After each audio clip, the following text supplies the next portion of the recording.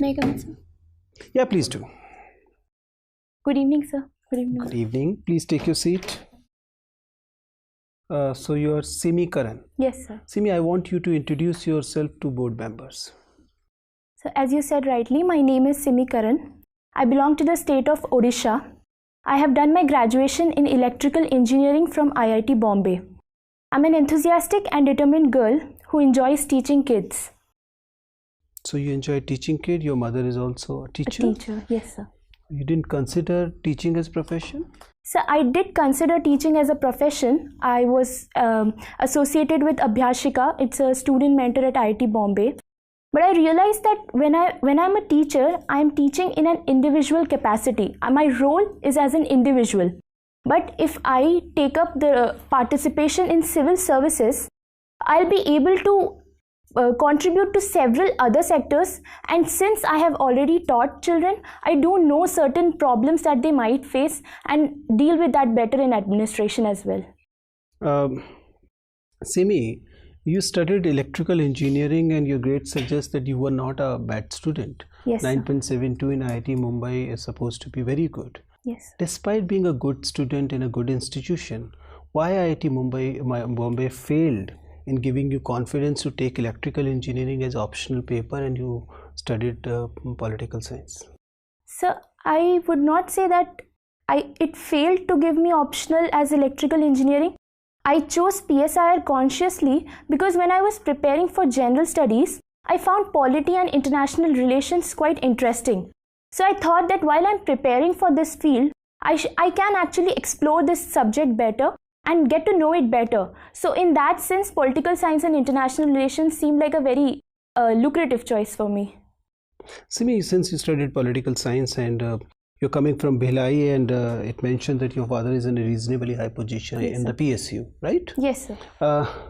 If you look at the public sector undertakings nowadays, these were considering that we are a welfare state and a socialist country as per the constitution, PSUs played very important role in the development of the country. But if you look our last decade or so, almost all PSUs, it appears, are being allowed to die. It appears that the government is deliberately pulling out of these PSUs by the means of either disinvestment or other instruments. And even Bhilai plant is no exception. Government have tried more than once to sell units from the sale. So do you think that PSUs are allowed to die, being allowed to die, and you also believe that they have become quite a government view them as a burden rather than as an asset? So I would not consider the PSUs as a burden because our parameters for measuring the companies which are in the public sector and private sector will differ. Private sector companies run only for profit motive. That's been a very socialist understanding we all share. But do you believe the government is not sharing this outlook and they are looking at the PSUs from a different angle? So this government, and since 1991, we have taken the path of liberalization, and post that we have considered that the government should reduce its space where government should not go into business where the private sector can run well and it can do so competitively. Certain PSUs, for example, Bhilai Steel Plant, as you mentioned, there have been several other factors also which have played a major reason for their performance. For example, if we see the international arena, the protectionist tendencies, etc.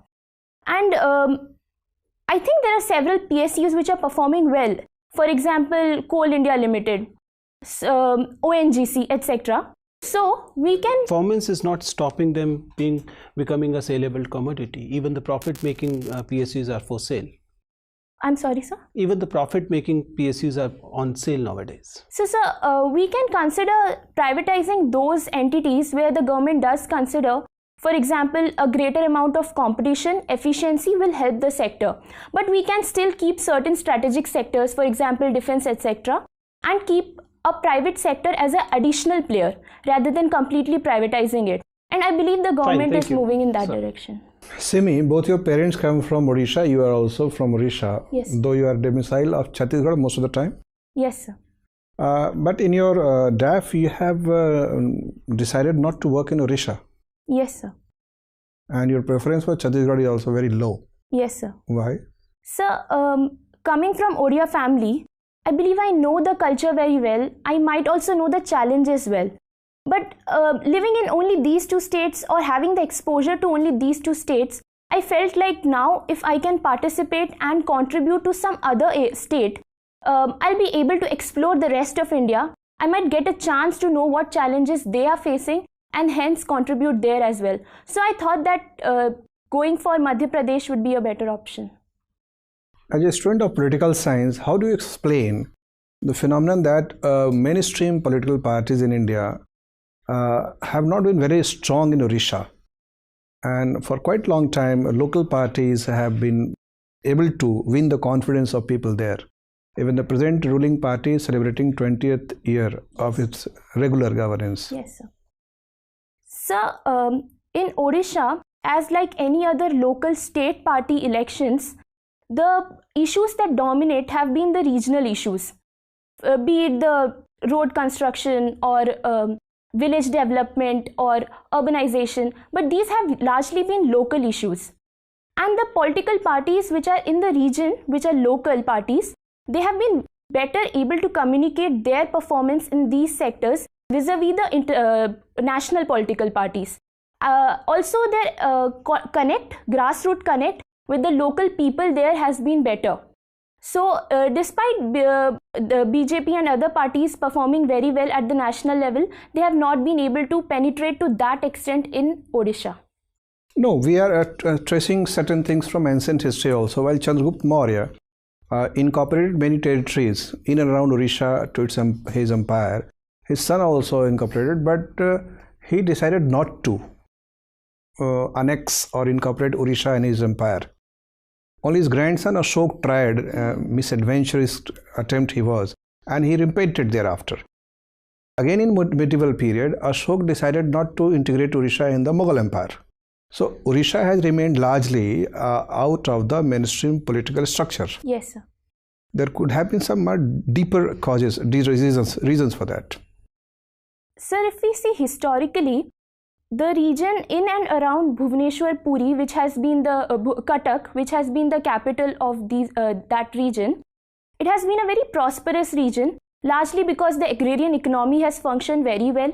It has had a very strong navy, which has had contacts with several Southeast Asian countries in terms of trade. So it has always been a very flourishing country. When we see Ashoka trying to capture that region, that was also largely emanating from a threat that they might disconnect the central central part of India from the main region of Ashokan Empire. So I think the prosperity and the relative autonomy with which that region functioned has enabled it to keep its culture separate, and also those regional parties, regional kings did not take too much of an assertive stance towards the main kings if we see in those periods. I think in that time that is a major entire reason. Ancient time and until pre-medieval times, participation of women in public life and political life was quite broad-based and strong. Yes, sir. Why it has declined in last 1000 years? So I think one of the major reasons for this has been that once these families became prosperous, they started earning more, they got a decent life, they have well-established agrarian economies. The women slightly felt less of a need to go out and participate in the economy. That might be one of the reasons. So if I compare with Chhattisgarhi women are much more involved in the economic process as compared to Odia women. But today, if we see, the parties have taken several steps. For example, Mission Shakti has been a very good example of self-help groups for women, and their participation has been increasing. Can you recall how many women ministers are working in Odisha government, cabinet of Odisha? As of now? Today. Sorry, sir, I cannot recall. Okay, thank you. So, IIT Mumbai. Yes, sir. So, whole Mumbai is located on different islands. Yes, sir. How many islands on Mumbai are located? Sorry, sir, I don't remember. IIT located in which island? It's near the Powai Lake. And Island. close. I want to know island. Either it is Salsit Island or Butcher Island or Elephant Island or something other. Sorry, sir, I You don't don't remember. know. Okay.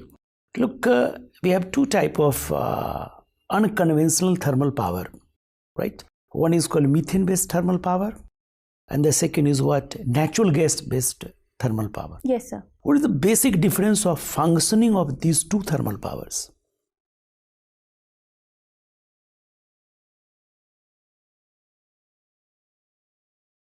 Where is methane-based thermal power is located?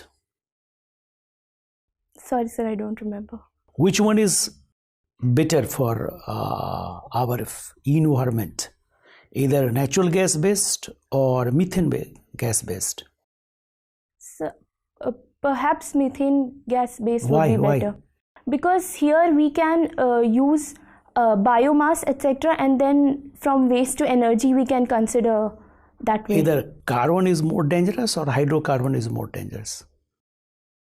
Sorry, sir, I'm not understanding the question. Natural gas related to hydrocarbon Mm-hmm. and methane related to coal.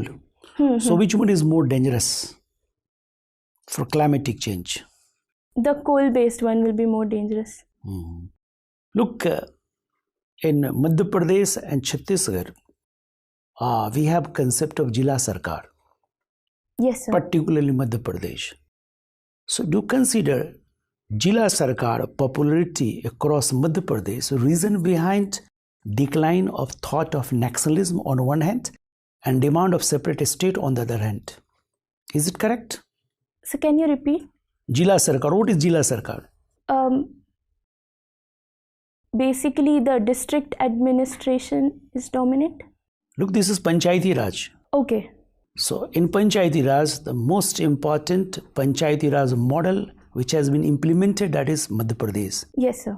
And in Madhya Pradesh, there is a Jila Sarkar, concept of Jila Sarkar. Sorry, sir, I'm not don't know. completely aware. Which state having facility to call back provision, Yes, sir, Madhya Pradesh has the provision. where it has been used for the first time in Madhya Pradesh. Sorry, sir, I don't remember. Look, Vilai having certain problem. One of the problem related to your electrical engineering, that is flying ash. Yes, sir. How flying ash is, look, as a problem for Bhilai itself. So actually, flying ash, when it is generated, if it is not contained at the source itself, then it can spread very easily in the environment, and then it settles down upon the trees, upon the houses, and it can also be a major source of respiratory problems. So now we have started making bricks out of them and selling them. So that is one way. What is separator? What is separator in what thermal power? Basically, it separates out the impurities or these kind of depositions. For example, I'm not exactly sure what kind of depositions. Cinder but separator. The full name is cinder separator. Sorry, sir, I don't remember. You know Tendula Canal? Yes, sir. What is the importance of Tendula plant for the people of Bhilai? So it provides water to Bhilai steel plant, as well as I believe it is for water supply of the city. From as where well. it is getting water? The Shivnath River. This is Shivnath River or what? Mahanadi River. So, it's the tributary of Mahanadi River, Shivnath River. On that, Tandula Dam is located. Look, there is some problem in Hirakund Dam, right? Longest dam in Asia. Yes, sir. But What are the basic problems in Hirakund Dam? so one of the major problems has been like the flooding of the region that has taken place because of the large area that it covers. So What are the important minerals of Sundargarh? iron ore, coal, bauxite. Bauxite. Yes, sir. Where is Bir Mitrapur? Yes, sir. Very close to your given address. Yes, sir. Yes, sir. So it is famous for a particular mineral, Sorry, sir, I cannot recall. limestone. Okay, sir. Okay, thank you. Thank you, sir. Simi, Yes. recently Odisha has been fighting a war with Bengal over a savory. Yes, What was it? Rasgulla. And why was there such a bone of contention between the two states? Why both of them were fighting? Ma'am, actually both of them are contending for where the sweet originally started from. So Bengal states that it started in their state, and they say the history is somewhere 150 years old. But Odisha has been claiming that it's actually more than 700 years old, and it started in Puri because That's Chenapoda. actually the pujaris from Puri temple and in and around region were very famous, and they were taken to Bengal and they introduced the sweet there. That is the claim of Odisha.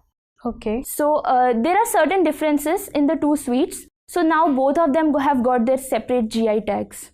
And which version of story do you believe in? I believe that since both are happy now, they have got their GI tags, and I am also happy. Okay. Odisha government had introduced a very ambitious scheme for farmers, Yes, ma'am. the Kalia scheme. But recently it has reduced the amount being given to the farmers. Can you tell me why? If it was such a good scheme that it was held over PM Kisan, why did the state government decide to reduce the amount?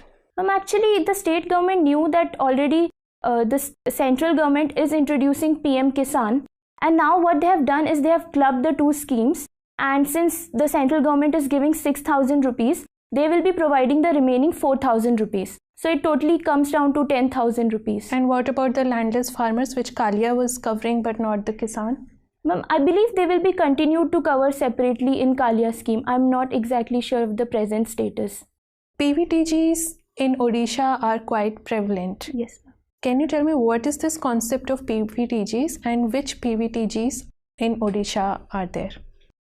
Ma'am, particularly vulnerable tribal groups are certain tribal communities within the tribals who are particularly vulnerable because of their either stagnant or declining population or very poor health and education indicators. So some of the famous ones in Odisha may be the Dongriya Konds, the Kutia Konds, and these are the two ones that I'm remembering. Can you right tell now. me their population if they are under PVTG? No, ma'am, I don't remember the exact population. Okay, approximate. I know that STs make up 18%, but No, these two tribal groups No, which ma'am. you just spoke about. I'm not very sure. Can you tell me their cultural markers, both of these? I do know they have a different eating habits, and also their dance performances, etc. are different. But there's one particular called Makar Jatra that is famous among the tribes in my district, and I probably think that this is also famous among the Konds as well. I'm not very sure. Okay, Odisha government had recently been pulled up for not seriously taking up the schemes related to PVTGs and the other tribal group schemes. Can you tell me where is state government faltering and why isn't it taking care of such an important section of citizens? There have been several schemes that Odisha government has introduced for them. Can you name some of them? One is called Jeeban Sampark, that is specially for their health facilities for the PVTG. They have started creche facilities for the children of the community, and they also run emergency ambulance services, etc. I feel the major challenge has been to connect with these communities and to make them realize that these schemes that they might be introducing, they are not a hamper in their culture, but rather it will enrich their culture and make them better in the long run. So there's been a strong divide in trying to explain this thing to the PVTGs. And also there's a bit of a less outreach as much than as it's required. Okay, my last question to you, since you have worked in the rural arena, the school children, if you were to be made the district administrator of some tribal area, and if you have to work with those children, what specific things would you keep in mind while engaging with them?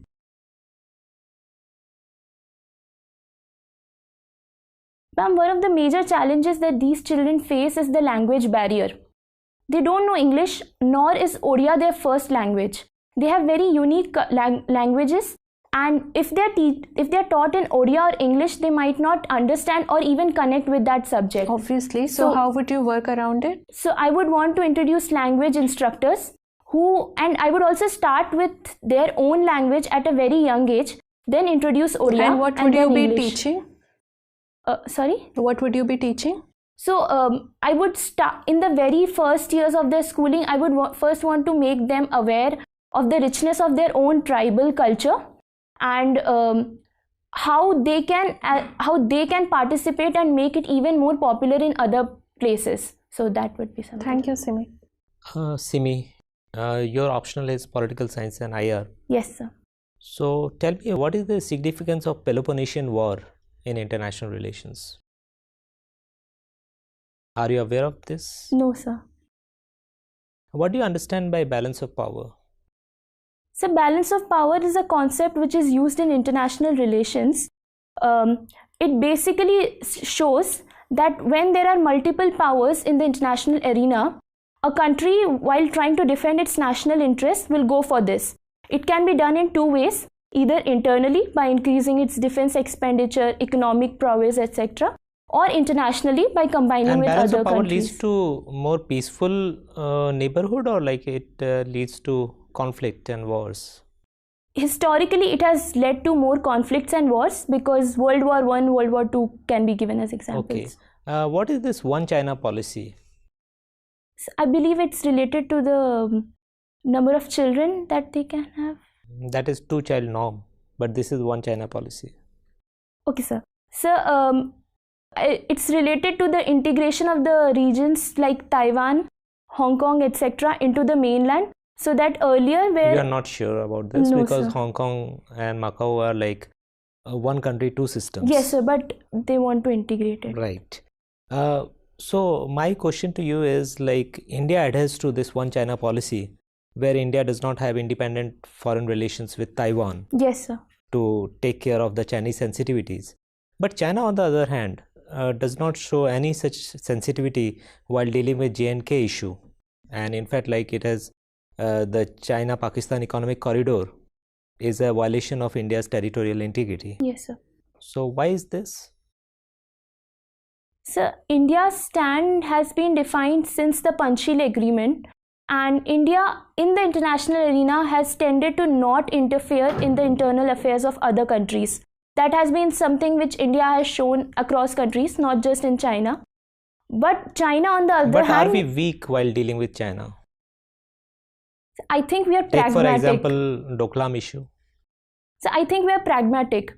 For example, We understand our weakness, and that's why we don't want to rub China so not the just wrong our way. weaknesses, but we also understand our strengths very well. For example, if we see the Mamallapuram spirit, right before that, we upgraded the Quad to the ministerial level. That is an indication to China that we have our cards, but we are willing to play them according to Okay, how you Simi, want tell to. me, like, there have been a lot of protests against this CAA. Yes, sir. But if we talk about international relations, I feel India has actually scored a self-goal by actually passing such a law which indirectly accuses countries like Bangladesh and Afghanistan of religious persecution of their minorities. So our relations will deteriorate. So I think with respect to Bangladesh, India can manage its relations well if it is able to separate the two issues. So India has been trying to explain to Bangladesh that this will in no way hamper the bilateral relations. It is a completely internal issue to India, and this is what it has been projecting to the international media as well. And I think that's a very smart move to have on part of India. But the Afghanistan people are also not thrilled. They said that all of Afghanistan is persecuted. So even here, I think that if we are able to segregate the two issues, we will work out very well with Afghanistan. Okay, let's take another question. If you are having two people, one is a libertarian and one is a liberal, who will be more supportive of government action to uplift the people? I think the libertarian will be more supportive. I'm not very sure. Okay. My final question to you, there has been 20 years of single party rule in Odisha. Now, what does it show? Does it show the political maturity of the people there, or the political apathy of the people, that they are not concerned, whosoever is ruling? So I cannot take a 1 or 0 whether it's apathy or pragmatism. The political scenario has improved a lot since the past times in terms of participation of people, in terms of the exposure that people have got to the political process itself. But there have been certain challenges, for example, the penetration of other political parties or awareness. Simi, what is the meaning of your name? So actually the name Simi is derived from a warrior named Shimi who could come out successfully from any situation. It also means commanding peace. What is the source of the story? It's a mythological story actually. Hindu mythology? Hindu mythology. Okay, tell me where, what, who he or she was, and in which context this story is there. I'm all ears. Sir, I'm not very sure of the entire context. You never but inquired? It was told. Why your parents named you for some unknown myth? So actually, I was named after Simi Garewal, the famous actress. You were not named after this student organization Simi? No, sir. What is this Simi? Sir, Students of Islamic Movement of India. It's a banned organization under the UAPA Act, and it has been known to involve in fundamentalist and violent activities against the state, and it promotes that. That sounds horrible. Yes, sir. It is. Why would your parent name you Simi when they know that there exists an organization primarily known for such things? So I think there could be several names whose full forms could have such organizations, but I was primarily named after Simi Garewal. Garewal used to conduct a wonderful talk show that actually started those nice talk shows in India. Yes. And we do remember Simi Garewal taking interview of Benazir Bhutto, doing this wonderful interview. What kind of interviews are these the Simi Garewal used to conduct, and how do we compare it favorably or unfavorably with the kind of talk shows we have nowadays on TV? Sir, in my limited knowledge, I have seen a few of them. The Rendezvous with Simi Garewal. I think she dealt more with the kind of life experiences that these people had. She tried to understand what their emotional or mental situation had been when they went through these experiences. And if we compare them with the present stand, I think present shows. In present shows, we have more fun kind of activities which may be more engaging the public today. Fine, Simi. It was nice talking to you. You can leave now. Thank you, sir. Thank you.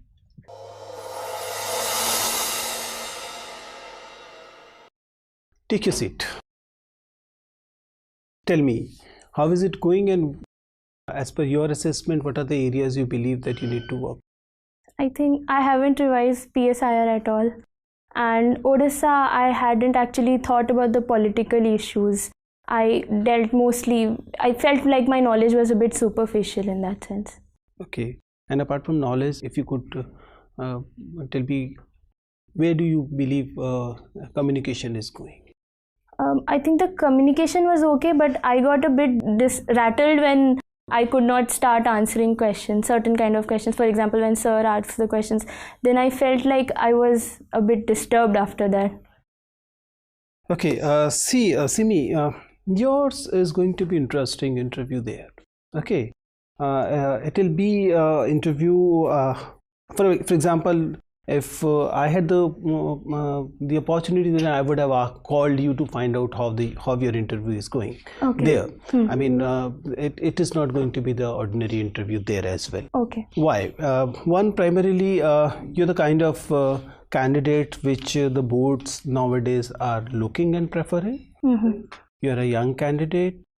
Age-wise, you're a candidate who, if get through this time, can aspire to become a cabinet secretary someday. So getting early into the system always have advantage. Yes, sir. And board members are also eager to find such talents. And you do have that spark, so that is going in your favor. Going to the communication part, your sitting posture by and large is okay. It's good rather. Your voice level is good, but I'll come back to this thing. Your hand movement is restricted. Eye contact by and large is okay. Flow is very good. Okay. So communication parameters are good, except the few things. I mean, this voice level is good. Now, no doubt about it. But here it appears that your voice level is, when a board from this side of the table, it appears that it is a little higher. Yes, Usually, sir. I'm advising candidates to raise their voice level. Yes, sir. You're probably the first candidate I'm saying that you can probably moderate it a bit. Yes, sir. Right? Maybe 10-20%. Why? Because see, there has to be a synchronization between the personality and the voice level. In your case, you're a young candidate, you're a candidate where the board members would look at in a sense that, oh, yes, this is a young girl coming, right? So they have, they're in their mental makeup, they have a certain kind of voice they're expecting. Okay. Your voice is slightly higher in terms of pitch and loudness in comparison to what they're expecting. It's not bad. It is definitely very good. It is communicating well, but sometimes it appears that it is disturbing the other members who are not directly interacting with you. If you're talking to me, the voice level may actually be bothering other board members. So slightly 10-20%, not more than that. That you can work on. So is the non-verbal communication parameter. You're good looking, right?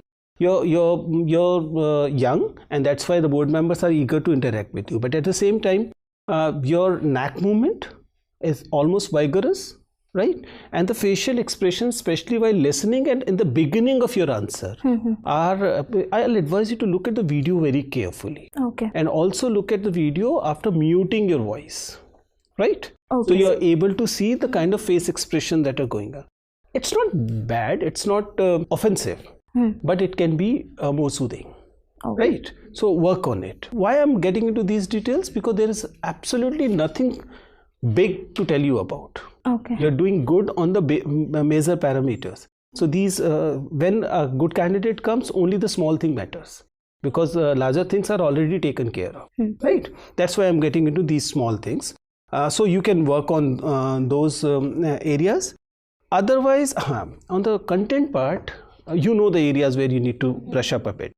But you have this tendency of starting the answer in a public speech mode, right? I don't. Public speech mode is when you have a long preface to the main question. Okay. Okay.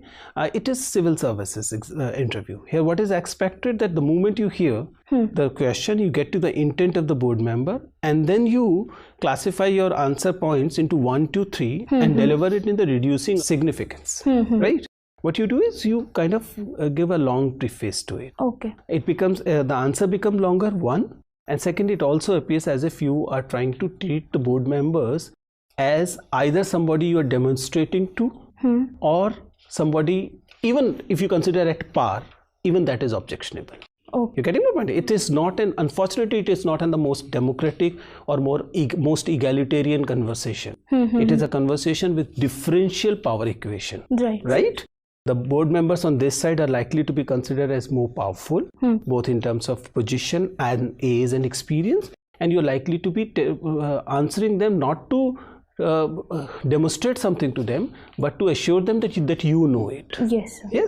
So you can be a little softer there, and you can have your answers a little shorter, right? And try and avoid this, which I called public speech mode, right?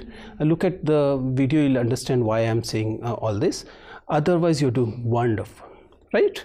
On 2 occasions, it appears that you kind of interrupted the board members, or you, I won't say negated, but for example, on that no.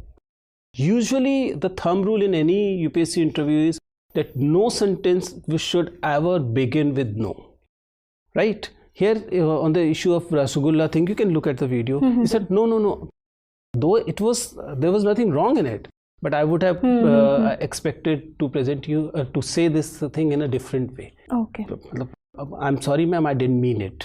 That's a better way of saying, or you can find out some other way, but not really no, right? But otherwise, as I said, you're doing very, very well. Okay. I'm sure you'll do wonders. All the best. Thank you.